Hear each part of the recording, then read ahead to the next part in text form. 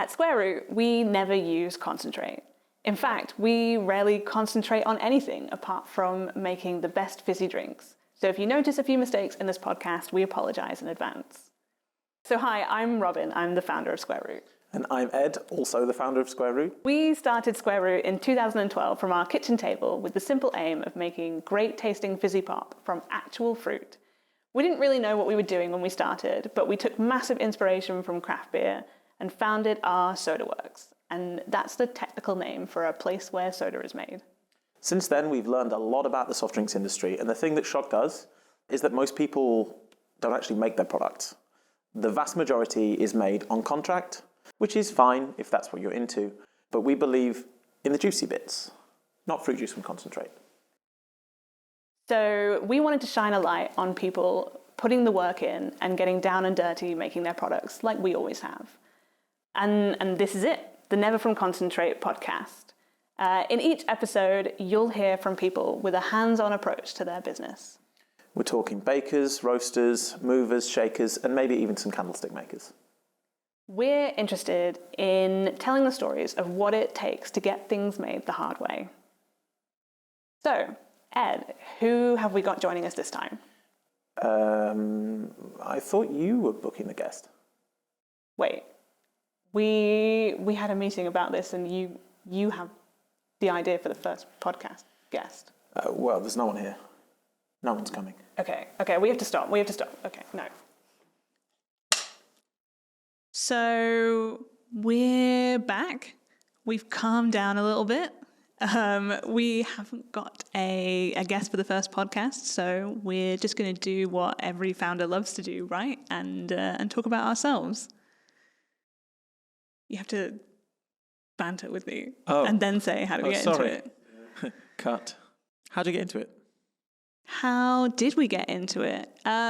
So you were working as a brewer in East London, and I had just finished my degree, which I did not like very much. It was chemistry and maths because apparently I hate myself. So I did what any desperate graduate did, and I got a job in the closest bar to our uni, the Euston Tap, and that was one of the first craft beer bars that existed in London. So this is back in 2012, and craft beer is really just sort of starting to become a big thing, and I tried to make this job as close to a 9-to-5 real job that all of my friends had gone out and gotten post-degree as possible. And so I did a lot of really boring day shifts. But I think the one thing that was good about that is people were coming in every single day with samples of this new, exciting beer with a brewery that they just started, and were trying to convince us to sell their products. And we sort of, you and I were talking about it. We decided that maybe there was space for us to start our own thing kind of in amongst this scene. But the thing that we really realized is that the Euston Tap is kind of famous for having 30 different beers on tap and 100 different beers in the fridge. But if you walked in there and you wanted a soft drink, all you could get was a Coke or Diet Coke. And to be really blunt about it, I thought that was shit. So we were playing around at home, making recipes of soda, and decided to start a market stall. And neither of us really knew what we were doing. We sort of bought a terrible £20 gazebo, an equally terrible folding table. It was a painting table from Argos. And with about the sum total of £100, started a market stall that sold initially ginger beer and lots of different things that you could make with seasonal produce. So we had really honed in on British seasonal food. And that's it. So we started turning up to weekend markets and trying to sell stuff. Ultimately, we learnt very quickly, because the thing with people in the UK is if they're paying money for something and they don't like it, they will definitely tell you immediately how terrible you are. We learnt that I'm not a baker. No one should ever pay me to bake anything for them. It will be terrible. But that no one was really making drinks.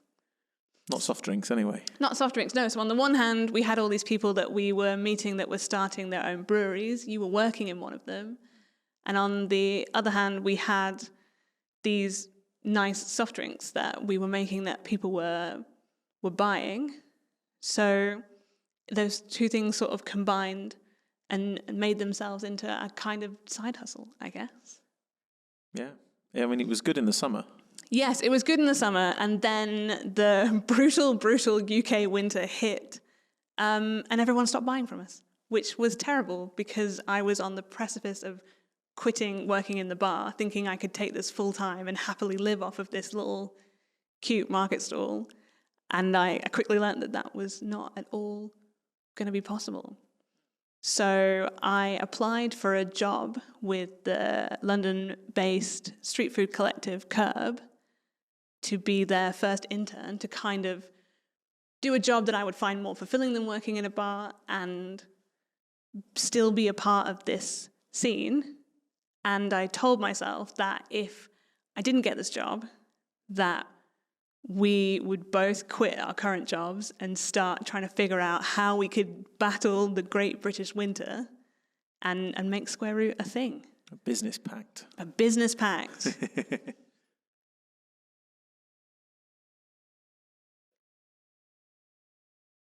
Ooh. Just going to burp, and I don't want to burp in the Get microphone. It out. Let it out. No, I need to start again.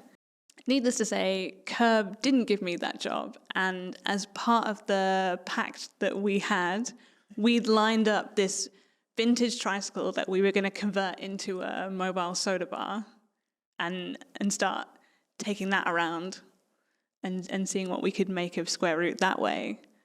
And luckily for us, Curb actually called me back after calling me to tell me I didn't get the job. They called me back to say that the original person didn't work out and I could have the job if I wanted it. To which I replied, I can't have a job anymore. I've bought a tricycle. It's a good job they understood what that meant, I think. Yeah, I think then I explained myself and sort of said that while I couldn't work at Curb anymore, I could definitely take this tricycle to their markets and start selling drinks. And we just sort of took it from there. So going to these markets, building up this demand, and then meeting more and more people and having people come back time and time again for the drinks and bringing their own containers to fill them up, to keep it in their fridge for the week. And so we decided to start making it in a bottle from a railway arch in Hackney, like every other East London food-based business. I think we were quite lucky to find the arch. I mean, it just happened to be on the commute when I was going to work one day. Yeah. Yeah. And I mean, sorry, I've kind of interrupted. Where are you going with this? I'm just trying to defend the railway arch. I mean, we were early to the arch game. Like all these other people that got an arch for branding, we actually just got one to put a factory in it. Yeah, so we built a small factory in this railway arch that we operated out of for about 6 years, starting from making the first pallet of drinks, gradually building up from there to, how much did we actually make from that railway arch in the end? We got to a point where we made about 500,000 drinks. Total per or year? Per year, okay. About 400,000 or 500,000 drinks. Which sounds like loads, but it was really hard work. I mean, we were still filling everything manually at that point. Yeah, so very manual, very tough. Tough is the word I would use to describe it. But so you've built both of the factories that we have. So we started in the railway arch, and now we're based in. Do you say it's Walthamstow? Do you say it's Leighton? Near Lea Bridge, if you're an East London person. Yeah, if you know East London, we're We're near Walthamstow Marshes. It's got a very nice view from the office. I can see horses in a field. They're kept there for your amusement. So, what was it like building both those factories? Kind of what's the difference between the two? I guess with the first one, we didn't know what we wanted, and we didn't really know what Square Root was going to be. So I think we just built it out of necessity. A lot of the time, we scraped a lot of things together. I mean, we obviously, you touched upon it. We borrowed some money. A startup loan, and that didn't go very far. Yeah. That got us that first filling machine, and it got us a couple of pallets of glass. There was no labeling machine to begin with. You were labeling stuff in the night time. The fit out was adequate. Obviously it's a food business. It's got to be done to a level where it's going to be compliant and it's going to work. But we didn't have any luxury at all. Like, everything was very manual. The office was a mezzanine that we built ourselves above. It was completely safe, I promise. No, I mean, it was fine. It got signed off, but it wasn't necessarily done in a way that we planned. We kept on constantly moving things around, like the labeling machine was by the door, then it was by the other door, then it was kind of shunted about. The warehouse at one point was in the middle of the room, then it got moved into the next room. Everything shifted based on need. And we were, for those first 6 years, I think we were trying to find out what our business was. We were very much living it. We were doing every element of it. And the people that joined us at that point joined us at a stage when I think we were still developing everything. We were developing the recipes. We were developing the processes. We were trying to understand what it would be like to make soft drinks. And then I guess with the next space, when we hit the max capacity, I mean, we said around about 500,000 bottles, we started to get people approaching us. And we were kind of like, yeah, sure, we can take you on. No probs, clearly not having enough ability to make any more. But moving to the new space allowed us to look at and consider what we actually needed. So it was built a bit more for the purpose of making soft drinks. It has a flow. It has certain areas that are made in a certain way. We've got a dedicated room for just sorting and juicing fruit. Which I will say is the same size as the entire railway arch floor print that we had. That is now completely dedicated to just juicing fruit.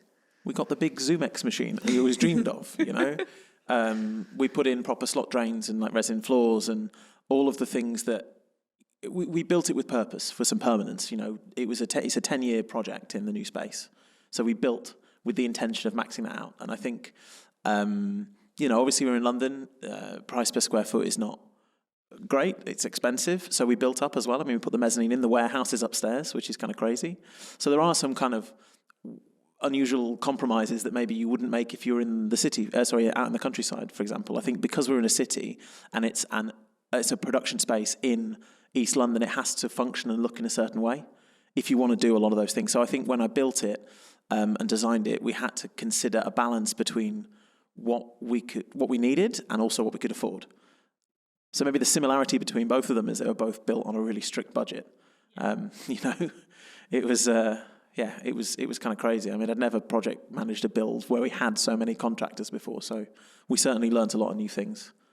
Yeah, and I would say that the major difference and the way you could describe the new Soda Works compared to the old is that it contains a fully automated packaging line. So in the railway arch, we were a team of, I would say a team of 6 people were responsible for making sure your bottles got filled with soda and labelled and boxed up and sent out. And so that's somebody picking bottles off of a pallet 2 at a time, loading them onto a rinser, someone else then taking them off the rinser and loading them into a bottling machine and taking them off and passing them to 2 people who are capping those bottles, who are putting them in crates, and then somebody is coming to take that crate away, put it in a water bath to pasteurize it, which is how we give our products shelf life so that we can store them not in the fridge all the time so they don't explode. Very important. And then someone else is pulling them out of that water bath and taking them to a labeling machine, loading them onto a labeling machine, then off a labeling machine, into the box, and then out to you. And now, a machine lifts an entire layer of glass off of a pallet and loads it onto a conveyor belt. And that bottle is then shunted into the washer filler capper, into a tunnel pasteurizer, round on some conveyors on through a labeling machine, and then somebody takes it off at the end and puts it into a box for you. I guess we wanted to focus our energy on the bits that make a difference to the taste. Yeah. So I think the packaging has to be about swiftness and cleanliness and consistency, because ultimately that's the point in the production for us where if you don't pack it right, it's going to affect the whole product. If it's not packed as fizzy as it should be, or if it's not labelled the right way. We also made things a bit hard for ourselves as well. It took quite a long time to find the machinery. We designed a lot of the original kit ourselves. That's obviously not appropriate in the second factory, but we still had to commission things that are unique to Square Root. We were really keen on our bottle cap and having the ring pull cap, something that I think we're both really passionate about. So we had to find the right people that could engineer that. And that took a long time. I mean, we're talking a couple of years in the planning just to try and find all of the right equipment to be able to do it. And then once you've got that cap, it also makes it really complicated to label at the other end. So all the labeling machines have got to be able to pick up where that cap is and put the label on properly. And, that's, I think those bits where the attention to detail is necessary, you have to do it right so that the product is a quality product and it's a consistent product. So all of those, I think building it with purpose and process in mind was amazing. It was really great to be able to reassess what we were trying to do and build something that was fit for purpose. Our production room is obviously a bit less automated. There's so much fruit processing that we have to do. And I think what I was keen to ask you is how do we actually make the soda? Because I think in that room, how does it work? Because that's probably quite good to unpick. Yeah, so I think people know a lot about the brewing process because every brewery in London and beyond now, you can go sit in a tap room and hear someone tell you about that. But soda, maybe it's still a bit more of a mystery to people.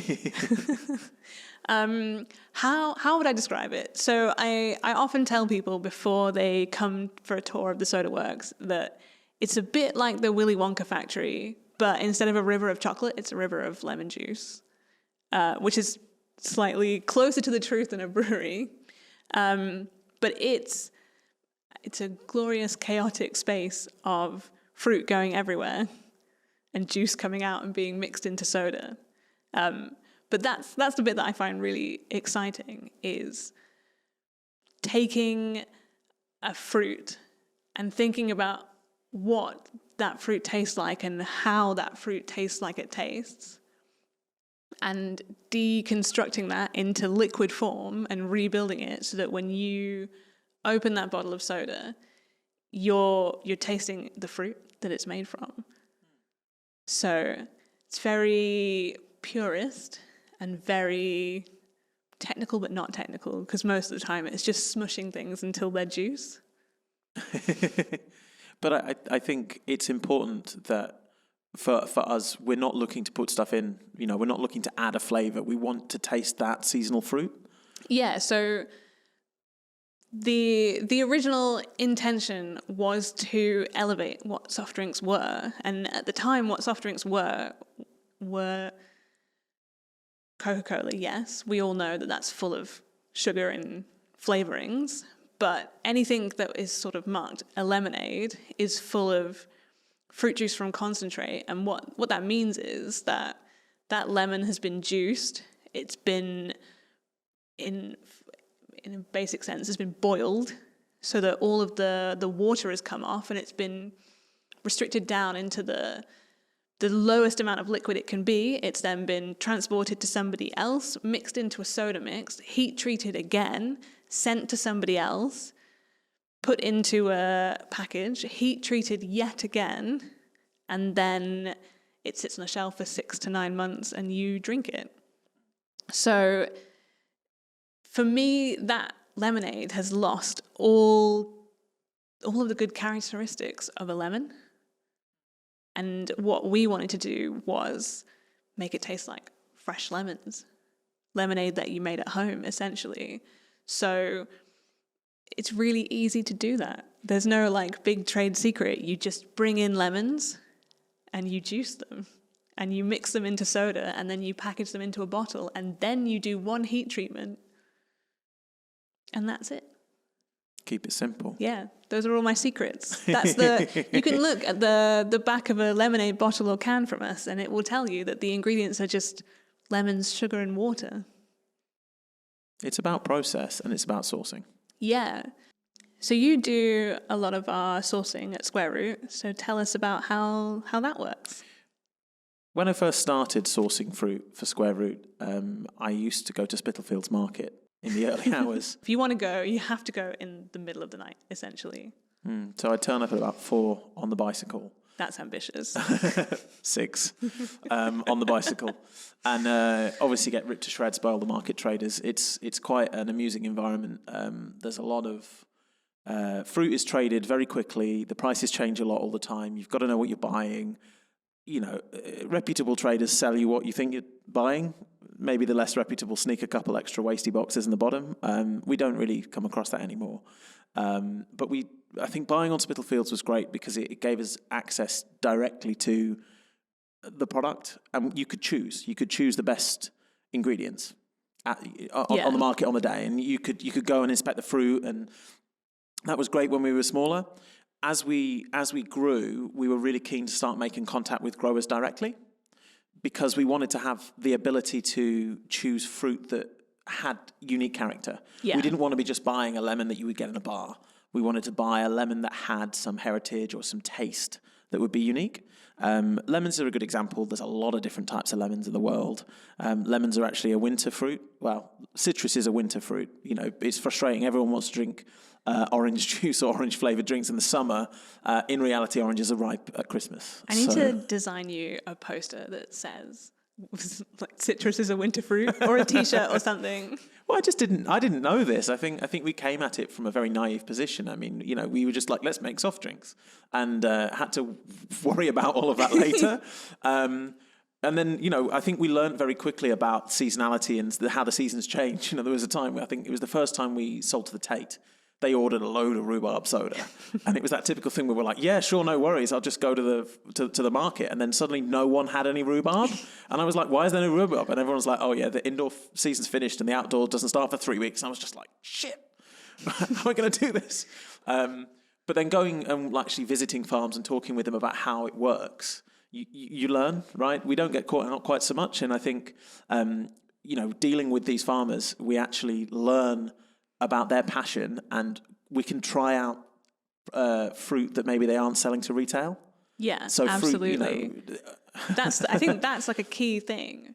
Fruit that you get in a supermarket is also kind of awful in the same way that regular soft drinks are awful. It's grown to always be available. So you can buy a pink apple at any time of the year. You can buy clementines any time of the year, and half the time what you're getting is not as good as it could be because it's not in season close to us. It's grown to meet supermarket standards, so apples must be a certain size so you can fit 6 in a bag and make a profit. Oranges the same way. We're not necessarily always selecting for flavour, and I think that's one of the things that's been nice about dealing with the growers is you actually get to talk about, well, what product have you got that you can't sell, or what product have you got that has an unusual flavour, or what can we do with that? And so I think that really started to factor into our buying and started to factor into our sourcing and thoughts around what Square Root was going to become. It's working with growers that have got these amazing varieties of fruit that have a story and a taste. Yeah. And an ugliness. I don't care if the fruit is ugly as long as it tastes amazing. Give me a lime that's yellow and a lemon that's green, and I'll be happy. You know, I think long as it tastes good. As long as it tastes good. And you know, I mean, lemons are a good example. They have 3 seasons. Lemon is an amazing tree. I think, you know, going to Sicily and sourcing fruit from there. Lemons from Sicily are a variety called Feminello, which is a different variety to the bar lemon. So, I mean, the bar lemon is one called Eureka, which is an amazing lemon if you want a brisk flavour. We use Eureka in our raspberry lemonade because we want that tartness. Yeah. But for the lemonade, we just go for Feminello because we want that fruitiness and funkiness that comes from the oils in the skin. And those flavours develop because of where the fruit is grown and because of the weather and the environment in that locality. And I think that's typical with a lot of the things that we're buying. If it's rhubarb from Yorkshire, it's great to be buying that product because you're getting a variety which tastes different. You're not just getting generic rhubarb sweets flavouring, which everyone's drink tastes of. Yeah. Everyone's drink's probably made in the same factory with the same flavouring. And our rhubarb variety is grown specifically for us, and we selected it based on colour and the amazing taste that it has. Yeah. And I think that's the key thing. Being closer to the process allows you the freedom to choose to include so much more. If we were going to outsource Square Root, it becomes a completely different product because you can't put these ingredients through someone else's manufacturing. Yeah. And I think that's the key. We're married to the factory now. We love it. It's great. So I have a spicy question. Yes. I just said married and it made me think. So if you don't know, we're partners and partners. So what's it like working with your partner, Ed? Bearing in mind that we're going back to the same place tonight. Well, so I guess it's always on, right? I've always said if you can't trust your partner, I don't actually know what I was going to say after that, but I think working and living together is really great. It's ultimately starting a business with somebody that you can trust is important. Yeah, I'd say the trust is amazing. The boundaries are lacking. Yeah, it's not great talking about cash flow at like dinner time. Or any random thought that pops into my head at any time of day or night or weekend, or it doesn't matter what we're doing. Sometimes I'm so bad at it that even if we're not together, I will just text you. Yeah. And be like, don't let me forget about this really important but also mundane and totally not important thing that just popped into my head. I think that's probably... We didn't necessarily know what we were getting into, right? When we started this, it was a much smaller project. And Square Root rapidly gained momentum and started to snowball into what it's become now. Yeah, we'd also only been living together for 6 months when we started Square Root. So we really went rapid and into the deep end. Business married. Yeah. We're not actually officially married. We haven't gotten to that point yet, although it's been over 10 years. Oh, goodness me. Proposed with the ring pull. Yeah. That'd be brutal. With the dog.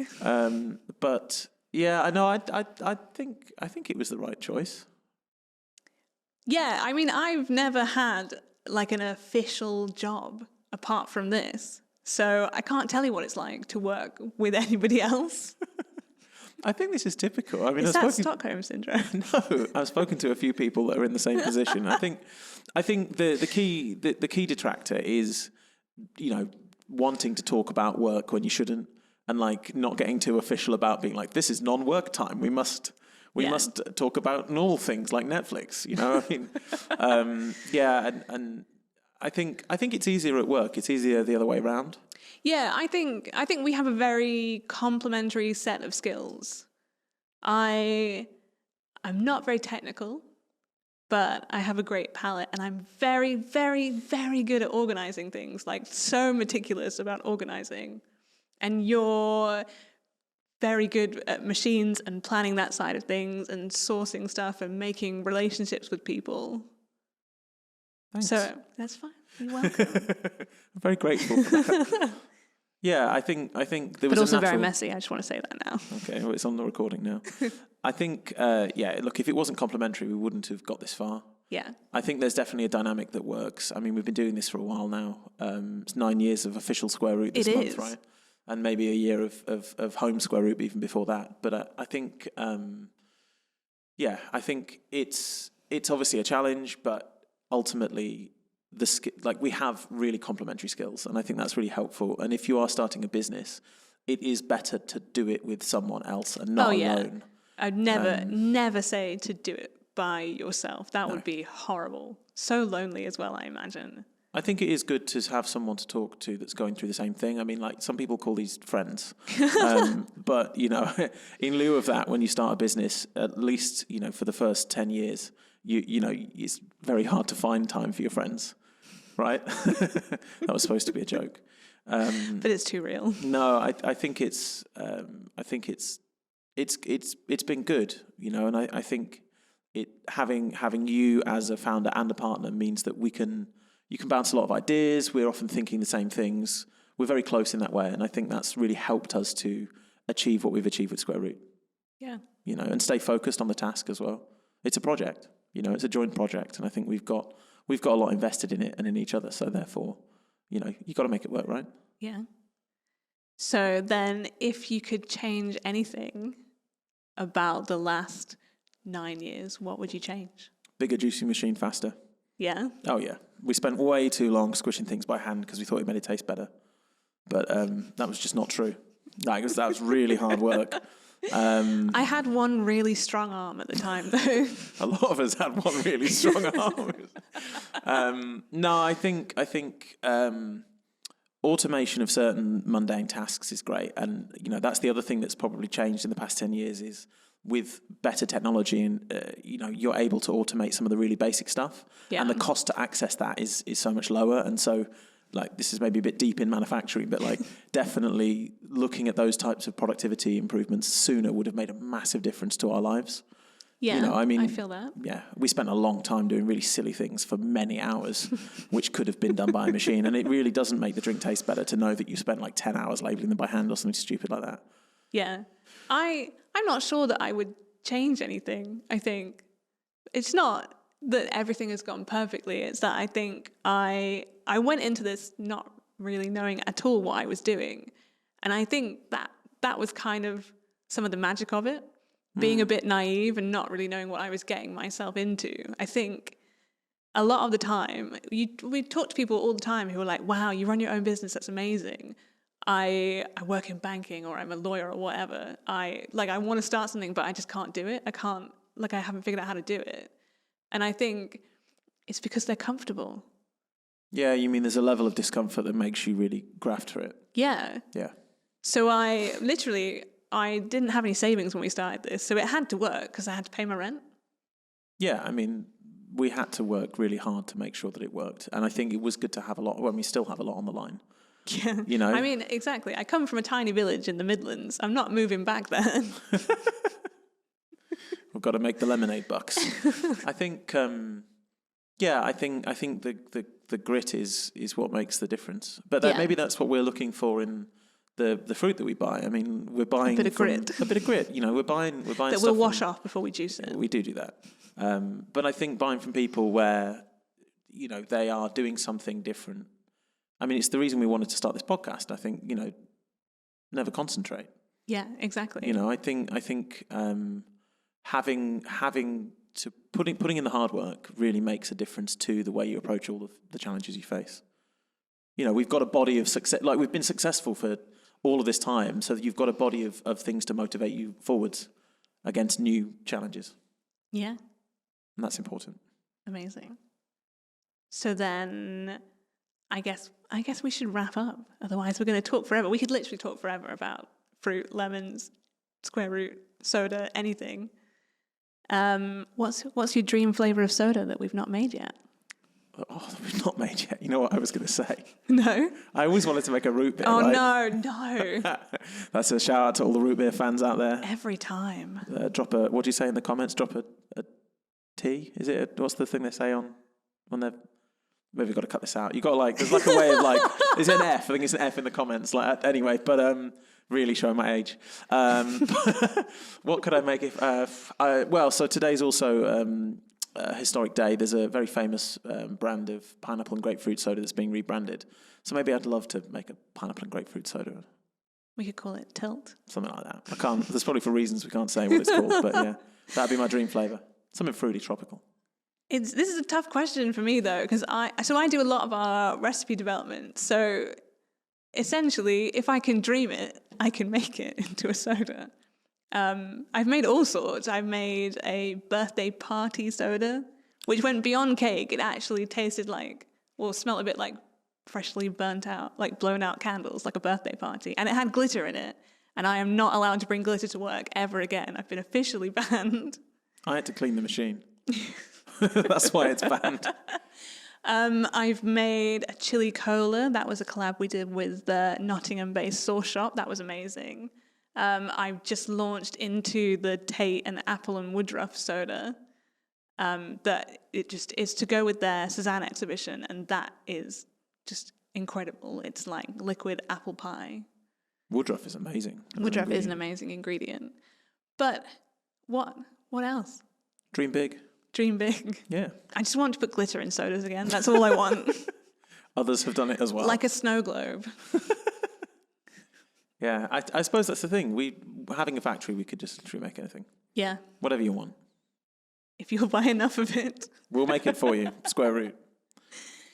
Nice. So we should promote Square Root and wrap up. So Ed, where can you buy Square Root? Check the Stockist map on the website. You get them on Ocado, on our website directly. Yes. The Tate as well, you mentioned. Amazing. Yeah. Anyone else you want to give a shout out to? So you can, while Curb did reject me as their first employee, you can buy Square Root at every Curb market and venue, which is amazing. I asked Ed the question because I didn't know the answer, apparently. Check the Stockist map. Find us on social media. We're on Instagram. We're on TikTok. It's at Square Root LDN on both. More of this podcast content is going to come out through there. Great. Yeah. And we've got, hopefully, some guests coming up for the next ones if we can actually remember to invite them. I'm confident we've got it in the bag. You only make this mistake once at Square Root, otherwise you have to leave. And, I'm already on my last... Final warning. Final warning. Yeah, cool. Amazing. Thanks for listening, everybody. Thanks for listening. Have a great day. That was great, I think. Yeah, good. I just wish I hadn't made that joke about Beast. I'm going to have to cut that out, aren't we? Oh, he's definitely going to follow that up. Yeah.